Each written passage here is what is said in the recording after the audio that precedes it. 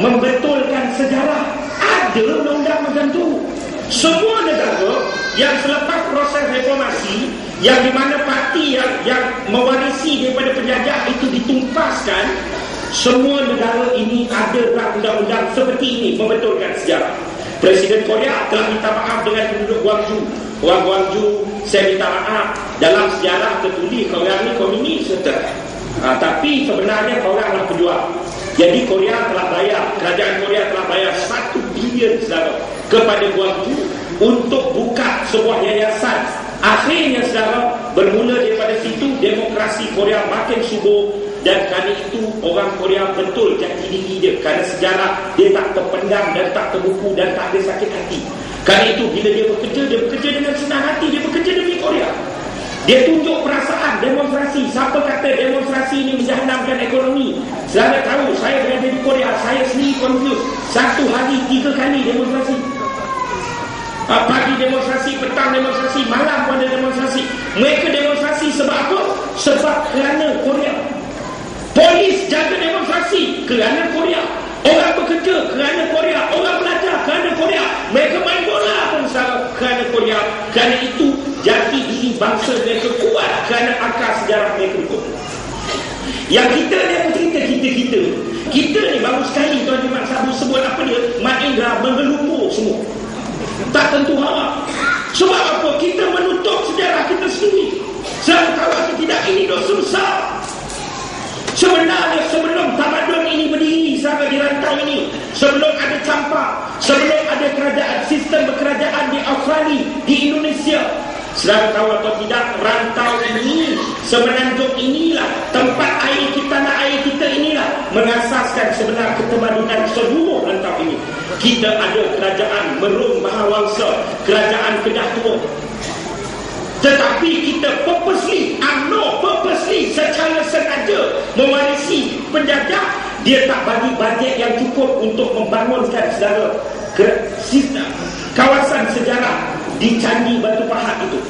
Kenapa?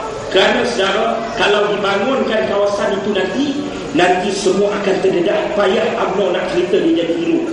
Rupanya kebanyakan hidup kita, sistem menyembah batu jemala tak tentu arah apa semua ni adalah diasaskan daripada kerajaan Kedah Tua.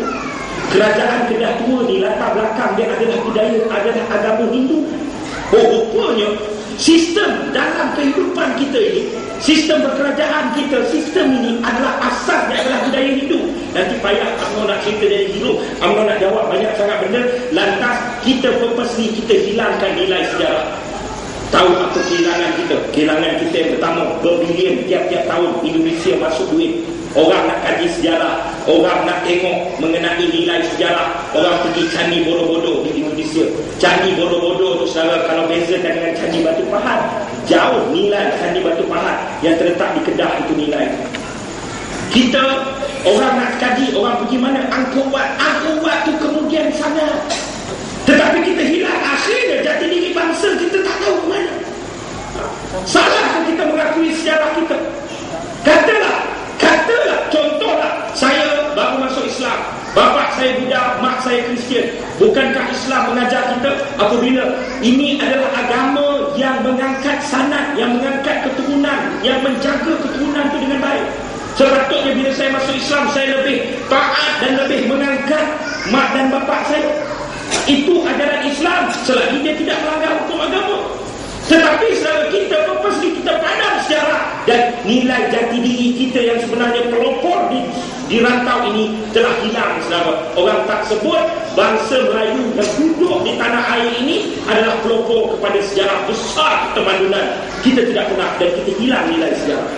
Selesai satu bab. Masuk bab yang kedua. Bab yang kedua saudara, bab Melaka. Melaka masyhur, makmur dengan kuasa perdagangannya. Melaka menjadi kuasa Islam setelah Parameswara masuk Islam. Parameswara masuk Islam, jalan dakwah Islam itu sampai daripada mana? Jalan dakwah India, jalan perdagangan India. Kalau tak ada India bagi kita tak masuk Islam, Melaka. Tapi jangan cerita sebab apa? Sebab nanti UMNO payah nak jadikan Melayu dan UMNO itu hero. Sebab dia nak letak nilai bangsa itu lebih daripada nilai agama. jati diri agama kita sendiri goyah. Sedangkan sekarang tahu atau tidak, di India itu jumlah bilangan orang Islam dan nilai pengetahuan, nilai intelektual agamanya jauh lebih daripada apa yang ada di Malaysia. Kini Islam juga dicatatkan masuk melalui pantai timur semenanjung tanah Melayu ini. Ikut jalan mana?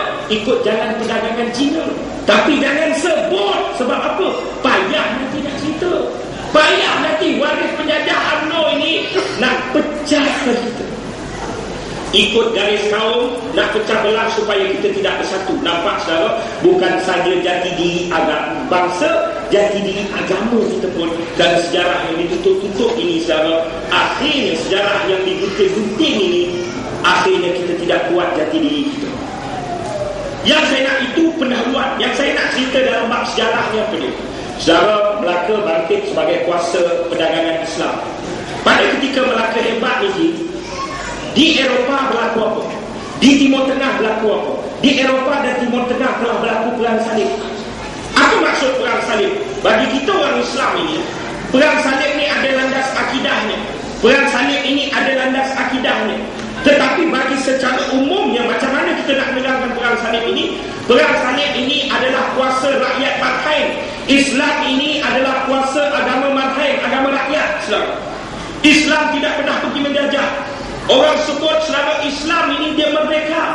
Islam memerdekakan Cordoba. Islam memerdekakan Sicily. Islam ini kuasa selama bila dia pergi ke satu negara ini, dakwahnya sampai, tidak pernah ada rekod dia ambil orang daripada tanah air lain untuk jadi ketua dekat tanah air lain. Itu bukan kerja Islam. Islam bila dia pergi, dia merdekakan kawasan tersebut. Ini kuasa Madhain Islam yang menguatkan akal rakyat dan masyarakat. Berlawan dengan kuasa apa? Berlawan dengan kuasa perdagangan, kuasa orang meniaga, kuasa penjajah, Portugis, Spanyol, British, sebagainya, yang pergi dan menjajah satu-satu negara, sedut macam pelesik, sedut darah, bawa balik keuntungan ke negara mereka. Itu pertembungan perang salib. Dan dia ditandakan dengan satu tanda yang penting, saudara. Apa tanda pentingnya? Iaitu perebutan Al-Aqsa. Kenapa perebutan Al-Aqsa? Saudara, Al-Aqsa ini kiblat pertama umat Islam. Sebelum kita bersetuju semua saudara berhalakan solat kita berhala kepada Kaabah, kita telah terlebih dahulu saudara menjadikan Al-Aqsa sebagai kiblat pertama kita. Malah dalam sirah menyatakan siapa kuasai Al-Aqsa akan kuasai dunia. Rom pernah kuasai Al-Aqsa saudara. Ketika itu Rom jadi kuasa besar dunia. Saudara, Salahuddin Al-Ayyubi pernah memerdekakan Al-Aqsa. Ketika itulah syiar Islam berkembang dan panjinya berkibar di seluruh dunia Islam. Dan sekarang siapa kuasai Al-Aqsa? Yang menguasai Al-Aqsa ialah Zionis Yahudi laknatullah. Dan ketika inilah hidup kita termasuk orang Islam pun dicatuk oleh Yahudi laknatullah. Itu sebab penting saudara kita melihat banyak tempat kena zalim, banyak tempat kena tindas, tetapi penindasan Palestin penting. Sebab apa?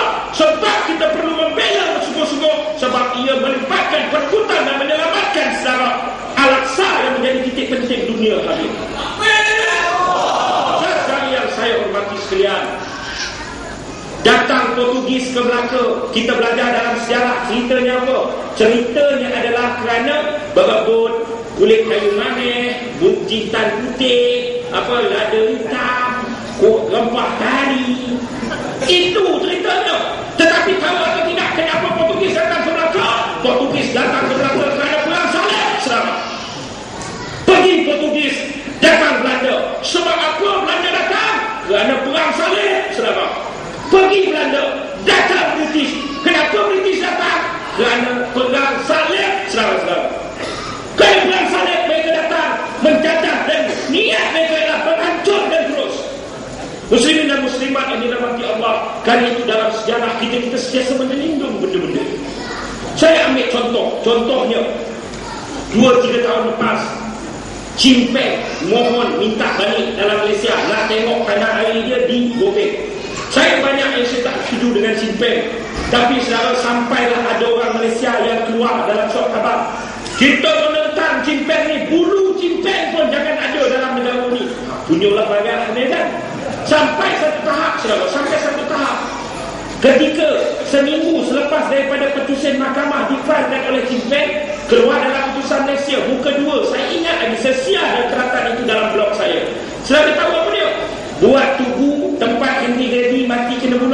Sebab apa? Sebab cimpeng bunuh Henry Geni, kejam cimpeng ni, susun polis-polis, tapi dekat tubuh tersebut keluar dalam putusan tersebut.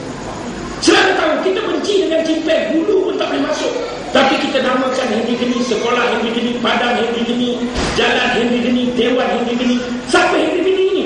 Saudara muslimin dan muslimat yang dirahmati Allah dan seluruhnya saudara, Henry Geni ini daripada tahun 1946 sehingga tahun 1948 dia berada di Palestin sebagai ketua staf British di Palestin.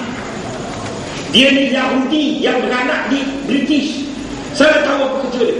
Pergi sana dia tipu Syria, dia tipu Jordan, dia tipu Palestin, dia tipu, dia sayur, dia pusing dengan kepala otak bapa Arab ni sampai muncul perang Arab. Barulah sekarang dia hancurkan Arab sekarang. Dia pusing kepada semua orang, dan akhirnya dia mengasaskan negara Israel dalam Allah. Kerana cerdiknya kepala otak Henry Geni ni, saudara, dia telah dihadiahkan kenaikan pangkat untuk datang ke Malaysia sebagai pesuruh jaya tinggi British. Kenapa dia datang ke Malaysia? Itu lebih penting untuk kita tahu. Pada ketika itu saudara, kelompok-kelompok kiri AMCJA Putra Ustamam telah bangkit, Ibrahim Yaakob telah bangkit untuk tuntut apa? Kemerdekaan. Puak-puak nasionalis Melayu, API, AWAS, PKM tuntut apa saudara? Merdeka. Mana saudara yang balik mengaji daripada Mesir semua ini? Ustaz Abu Bakar Bakir mengasaskan Hizbul Muslimin saudara. Tuntutannya apa? Merdeka. British tahu dia kena menjaga legasi perang salib dalam rantau ini yang dijajah ini tanah ini. Kerana itu saudara dia bawa orang paling cerdik mengasas negara Israel datang sini. Henry Geni datang sini dia buat apa? Pertama dia kenalkan darurat. Dia pecah belahkan masyarakat saudara. Daripada legasi dia lah masyarakat dipecah belah. Saya saudara baca lah mana-mana, tanyalah orang yang hidup lagi ke apa ke. Dulu ada tak kampung Cina? Dulu ada tak kampung Cina? Tak ada. Cina duduk di tengah-tengah orang Melayu. Asimilasi orang Cina, kalau dia duduk di tengah kampung Jawa, dia boleh cakap Jawa saudara. Orang India duduk di tengah-tengah kampung Melayu. Tetapi kerana baruah Allah Yahudi ini saudara datang ke Malaysia, dia pecahkan masyarakat kita. Sampai ke hari ini kita tidak boleh bersatu lagi. Saudara, dia buat apa lagi? Dia sayurkan kepala otak kita macam kerja utusan Malaysia sekarang lah. Buka-buka lagi tu, Malaysia negara Kristian. Tak, semena-mena. Dia buat apa? Dia bakar kampung sana. Siapa jahat? Komunis. Dia bakar bas ini. Siapa jahat? Komunis. Selama masa tu mana ada Facebook, mana ada internet, mana ada YouTube, orang nak diam tak bukti. Tapi pada masa tu kita lihat komunis ni jahat sangat. Saya tidak membela, tapi saya menceritakan hakikat yang berlaku pada ketika itu. Akhirnya saudara, orang Melayu reda, PKM nak apa, AWAS, API diharamkan. Kerana apa? Kononnya kerana komunis. Orang Melayu mula-mula